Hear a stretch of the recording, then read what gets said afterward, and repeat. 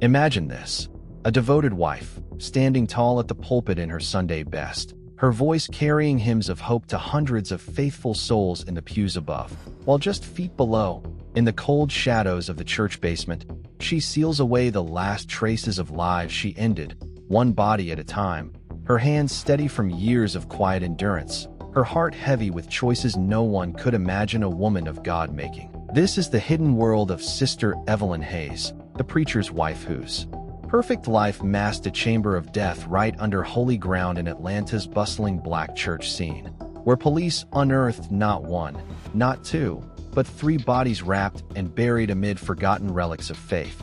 She claimed every strike was self-defense, born from moments of pure terror, but the layers peel back to a motive so deeply personal it redefines loyalty, betrayal, and the price of silence in a marriage built on scripture. Before we go further into this story that gripped the nation, let us know in the comments where you're watching from. We'd love to hear from you, and don't forget to hit that subscribe button so you never miss any of our upcoming videos. Stay with us, because what drove her to this will leave you questioning the faces you trust most every single day. Evelyn Hayes, at 55 years old, was the picture of grace in her Atlanta community, the kind of woman who organized food drives for struggling families, mentored young mothers on balancing home and calling, and stood by her husband, Pastor Marcus, as he grew their Mount Zion Baptist Church into a beacon for thousands seeking solace every Sunday.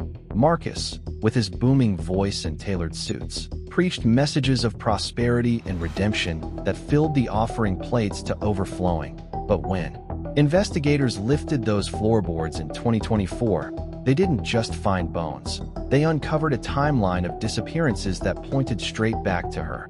Who were these 3 souls? A rival pastor sniffing too close to the church's ledgers, a trusted deacon who knew too much about the couple's private strains, and a woman whose connection to Marcus ran deeper than fellowship, who ended up hidden away like yesterday's trash. Why would Evelyn, the unflinching first lady everyone admired, choose the very basement where youth group met and prayer circles gathered to conceal what she'd done?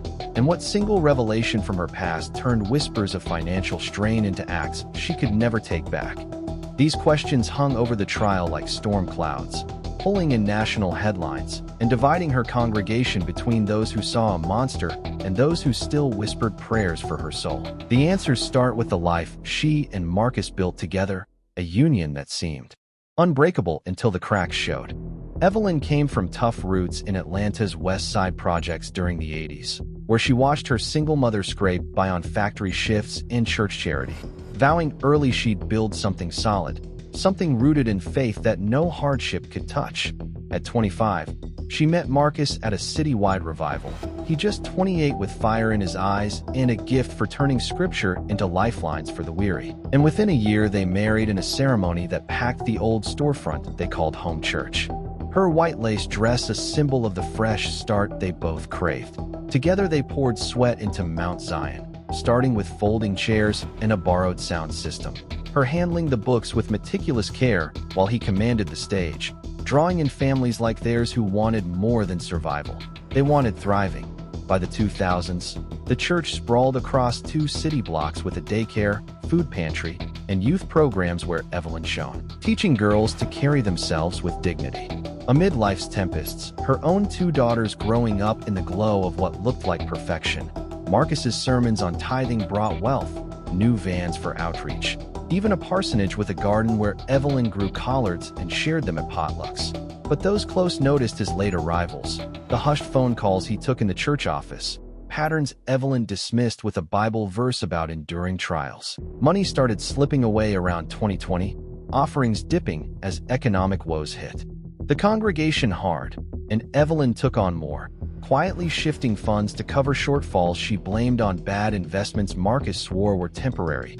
Friends recall her eyes growing distant during women's circles, her laughter a touch forced as she led prayers for provision, yet she pressed on, the devoted wife holding the family altar steady. One evening in early 2024, after a deacon meeting ran long, she locked the basement door with a click that echoed louder than she realized, turning away from the darkness gathering below.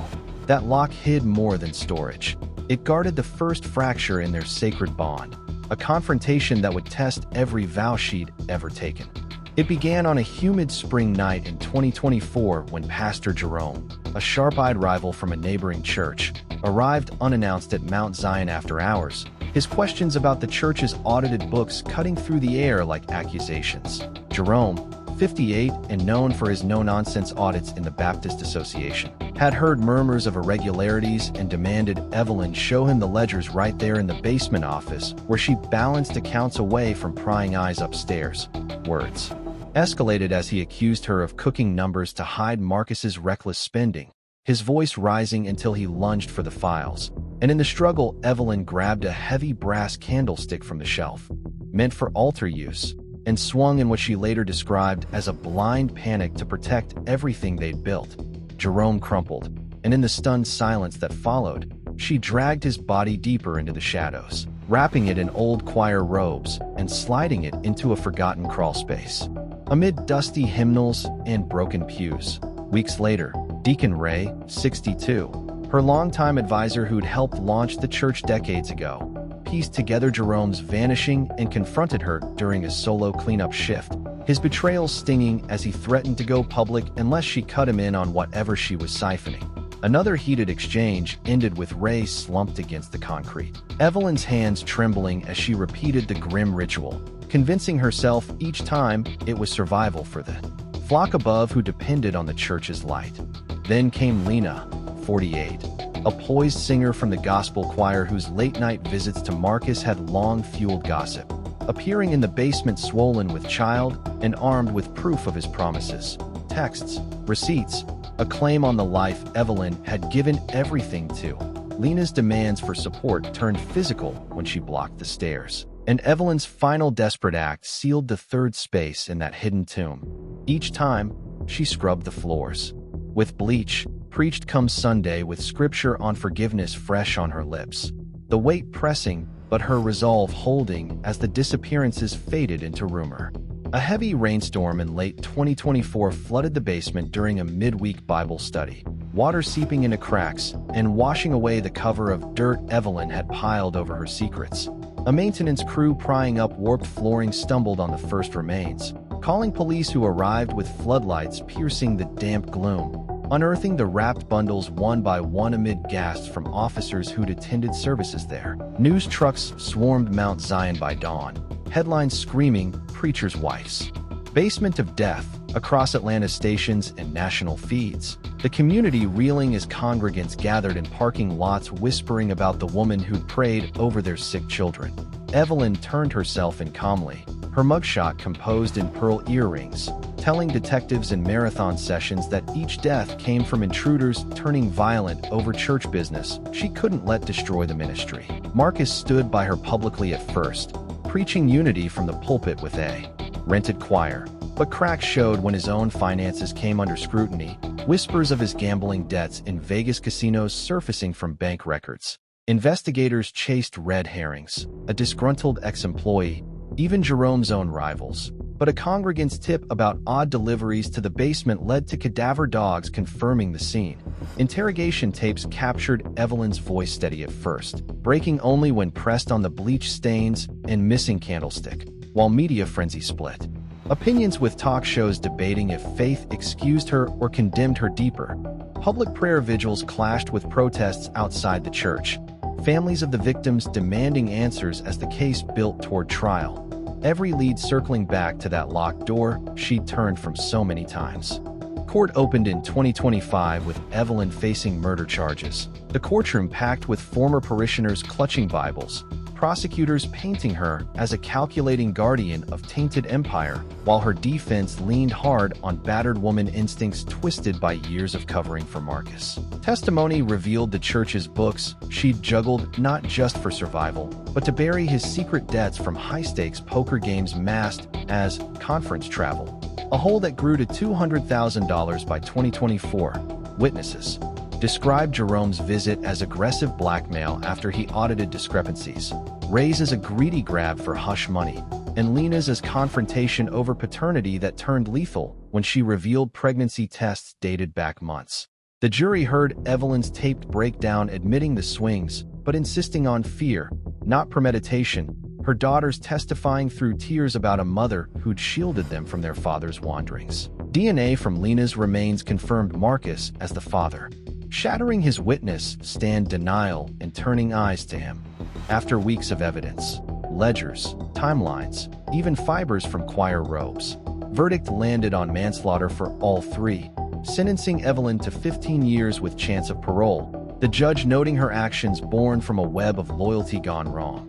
As she was led away, Marcus hugged her publicly, but whispers spread of his relief. The congregation fracturing as some sold church assets to pay victim funds, leaving Mount Zion a hollow shell of its former glory. Parole hearings dragged into 2026, Evelyn out on good behavior after 18 months, but fresh evidence from a church security camera, long overlooked in storage, dropped like Judgment Day. Footage time-stamped to Jerome's night showed Marcus slipping into the basement post-struggle, helping drag and conceal the body before vanishing upstairs, his gloves matching ones found in their home trash. Confronted, he fled to Jamaica under a false passport, $50,000 in church cash traced to his account, leaving Evelyn's conviction vacated in a stunned appeals court, now free at 57. She lives modestly in a small Atlanta apartment, running a quiet online ministry for women who've endured too much in silence. Her messages on redemption drawing thousands who see her not as killer but survivor. Marcus remains fugitive, last sighted in Montego Bay living large off stolen tithes, a bounty on his head from federal charges. This tale exposes the fragility of vows under pressure, how one partner's shadows can pull another into unthinkable depths, and the slow grind of truth emerging from layers of denial.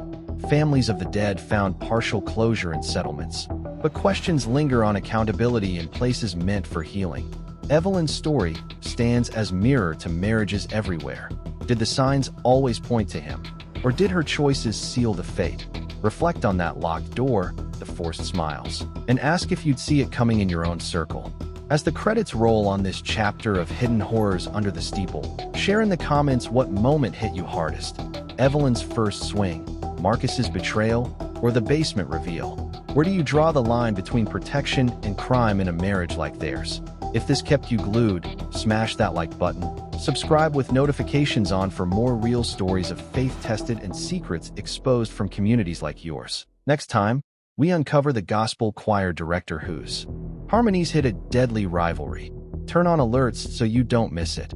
Thanks for watching, and keep seeking the truth.